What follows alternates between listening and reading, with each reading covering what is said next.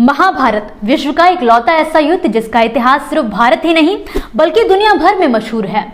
महाभारत के युद्ध में देश के सभी राजा महाराजाओं ने हिस्सा लिया और सभी जानते हैं कि सिर्फ श्री बलराम और रुक्मी ही ये दो ही ऐसे व्यक्ति थे जिन्होंने इस युद्ध में भाग नहीं लिया। लेकिन इनके अलावा एक और ऐसा राज्य था जिसके राजा ने निष्पक्षता का परिचय देते हुए महाभारत का युद्ध लड़ने से साफ इनकार कर दिया था। हालांकि उन्होंने इस महायुद्ध में एक अहम किरदार निभाया जिसके बिना महाभारत के युद्ध में सैनिकों का इतने समय तक टिके रहना बिल्कुल संभव नहीं होता।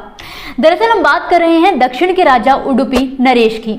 जी हाँ, जब पांडव और कौरव दोनों ही सभी राज्यों के राजाओं को अपने पक्ष में आने के लिए मनाने का काम कर रहे थे तो दोनों ही पक्षों ने राजा उडुपी नरेश को भी मनाने की अपने अपने तरीकों से मनाने की भरपूर कोशिश की। लेकिन बावजूद हजारों कोशिशों के उडुपी ने निष्पक्ष रहने का फैसला किया। लेकिन जब बात श्री कृष्ण तक पहुंची तो भगवान श्री कृष्ण ने उडुपी नरेश को अपना पक्ष चुनने के लिए कहा, जिसके जवाब में राजा उडुपी नरेश ने कहा कि हे कृष्ण, यहाँ सभी युद्ध के लिए व्याकुल हैं, लेकिन किसी के मन में यह विचार नहीं आया कि दोनों ओर से उपस्थित इतनी विशाल सेना के लिए आखिर भोजन का प्रबंध कैसे होगा। ऐसे में उडुपी नरेश ने श्री कृष्ण से अपनी इच्छा जाहिर करते हुए कहा कि वो इस युद्ध में निष्पक्ष रहेंगे और अपनी पूरी सेना के साथ दोनों पक्षों के सभी सैनिकों के लिए भोजन का प्रबंध करेंगे। पौराणिक कथाओं के अनुसार मात्र 18 दिन चले इस युद्ध में कुल मिलाकर 1.25 करोड़ योद्धा सैनिक मारे गए थे। इनमें करीब 70 लाख कौरवों की तरफ से थे तो वहीं 44 लाख पांडव सेना के सैनिक व योद्धा थे।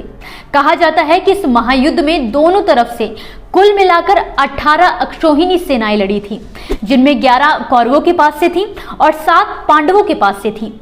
कहानी में आगे बढ़ेंगे, लेकिन उससे पहले बात करते हैं अक्षौहिणी सेना की।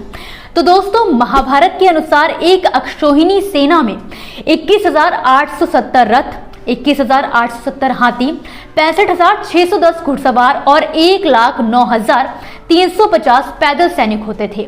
इस तरह से अगर आप देखा जाए तो 18 अक्षौहिणियों में कुल मिलाकर 1,14,16,374 सैनिक योद्धा शामिल थे। तो अब अंदाजा लगाइए कि इतनी बड़ी सेना के लिए उस युग में राजा उडुपी नरेश ने भोजन का प्रबंध आखिर कैसे किया होगा। और सबसे बड़ा सवाल तो यहाँ पर यह है कि आखिर उन्हें इस बात का अंदाजा कैसे लगता होगा कि आज युद्ध में कितने सैनिक मारे जाएंगे और कितने बाकी सैनिकों के लिए उन्हें भोजन का प्रबंध करना है ताकि भोजन व्यर्थ भी ना जाए। हैरानी की बात तो तब हुई जब पहले दिन राजा ने सभी योद्धाओं के लिए भोजन का प्रबंध किया, क्योंकि उस दिन अन्न का एक भी दाना व्यर्थ नहीं गया। और फिर इसी तरह आगे भी ये सिलसिला जारी रहा।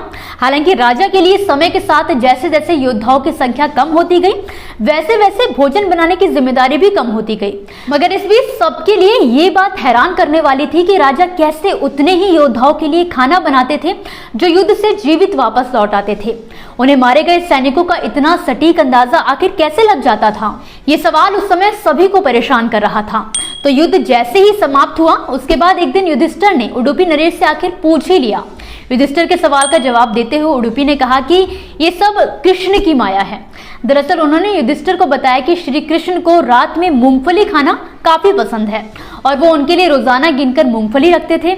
उनके खाने के बाद वो गिनकर देखते थे कि उन्होंने कितनी मूंगफलियां खाई हैं और वो जितनी मूंगफली खाते थे उससे ठीक 1000 गुना ज्यादा सैनिक अगले दिन युद्ध में मारे जाते थे। जैसे कि अगर उन्होंने 50 मूंगफली खाई है तो उडुपी को अंदाजा हो जाता था कि अगले दिन लगभग 50,000 योद्धा मारे जाने वाले हैं।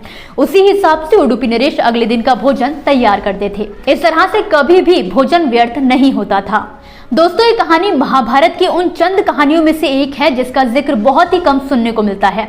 हालांकि कर्नाटक के उडुपी जिले में बने कृष्ण मठ में ये कथा हमेशा सुनाई जाती है और ऐसा माना जाता है कि इस मठ की स्थापना भी उडुपी के सम्राट द्वारा ही करवाई गई थी, जिसे बाद में श्री माधवाचार्य जी ने आगे बढ़ाया। तो दोस्तों, आपको महाभारत से जुड़ी ये इंटरेस्टिंग कहानी कैसी लगी हमें कमेंट बॉक्स में कमेंट करके जरूर बताइए।